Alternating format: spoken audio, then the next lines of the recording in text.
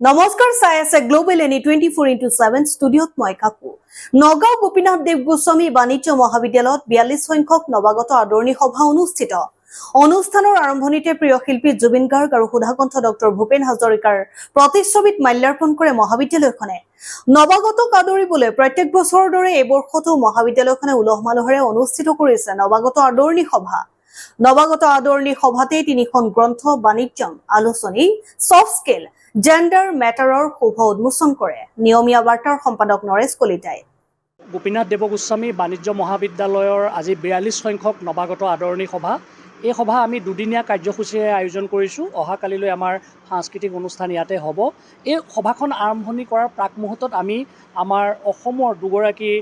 পুৰুধা ব্যক্তি সুযোগ্য সন্তান অসমক বিশ্বৰ বুকুত জিলিকাই তোলা দুগৰাকী ব্যক্তি সুধাকণ্ঠ ডক্টৰ ভূপেন হাজৰিকা আৰু আমাৰ অসমীয়াৰ হিয়াৰ আমোদ হৌ সিদিনা আমাৰ মাজৰ পৰা আকস্মিকভাৱে নোহোৱা হোৱা জুবিন গাৰ্গলৈ প্ৰথমতে আমি শ্ৰদ্ধাঞ্জলি জনাইছিলোঁ আৰু তাৰ পিছতেই আমাৰ মহাবিদ্যালয়ৰ সংগীতেৰে আমি আজি এই নৱাগত আদৰণি সভা আয়োজন কৰিছিলোঁ এই নৱাগত আদৰণি সভালৈ আমি আমন্ত্ৰণ জনাইছিলোঁ অসমৰ এখন জনপ্ৰিয় জনবহুল বাতৰি কাকত নিয়মীয়া বাৰ্তাৰ সম্পাদক নৰেশ কলিতাদেৱক তেখেত আহি আমাৰ মাজত মুখ্য অতিথি হিচাপে আজি উপস্থিত আছিলে আমি আজি এই অনুষ্ঠানৰ লগত সংগতি ৰাখি যিহেতু এই বৰ্ষটো কিতাপৰ বৰ্ষ হিচাপে ঘোষণা ইতিমধ্যে হৈছে আমি আমাৰ মহাবিদ্যালয়ৰ ফালৰ পৰা তিনিখনকৈ গ্ৰন্থ আজি এই সভাতে আমি উন্মোচন কৰিলোঁ আৰু এটা আমি পদক্ষেপ লৈছোঁ যে আমাৰ মহাবিদ্যালয়ৰ যিটো লাইব্ৰেৰী আছে সেই লাইব্ৰেৰীটোৰ যিগৰাকী শ্ৰেষ্ঠ ব্যৱহাৰী মানে যি শ্ৰেষ্ঠ পঢ়ুৱৈ বুলি আমি যাক কওঁ তেওঁক আমি আজি মঞ্চত আনি পেলাই আনুষ্ঠানিকভাৱে তেওঁক বঁটা প্ৰদান কৰিছোঁ ইয়াৰ উদ্দেশ্য আমাৰ এইটোৱেই যে আজিকালি কিতাপৰ প্ৰতি মানুহৰ যি আগ্ৰহ কমি যোৱা বুলি এটা কথা ওলাইছে এই বিভিন্ন ধৰণৰ ইলেক্ট্ৰনিক মাধ্যমৰ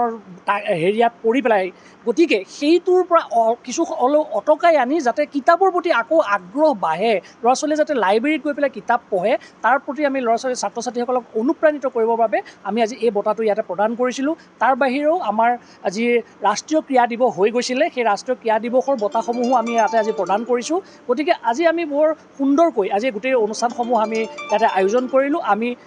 আকৌ মই আমাৰ যিসকল নৱাগত যদিও তেওঁলোকৰ যথেষ্ট দিন ইতিমধ্যে হৈছে কিন্তু বিগত সময়ছোৱাৰ অসমৰ যিটো সাম্প্ৰতিক পৰিস্থিতি তাৰ প্ৰতি লক্ষ্য ৰাখি আমি অনুষ্ঠানবিলাক আয়োজন কৰিব পৰা নাছিলোঁ কিন্তু তথাপিও আমি আজি অনুষ্টুপীয়াকৈ হ'লেও আমি আজি এই সভাখনৰ আয়োজন কৰি আমি নৱাগতসকলক আনুষ্ঠানিকভাৱে আমাৰ মহাবিদ্যালয়লৈ আজি আদৰণি জনালোঁ ধন্যবাদ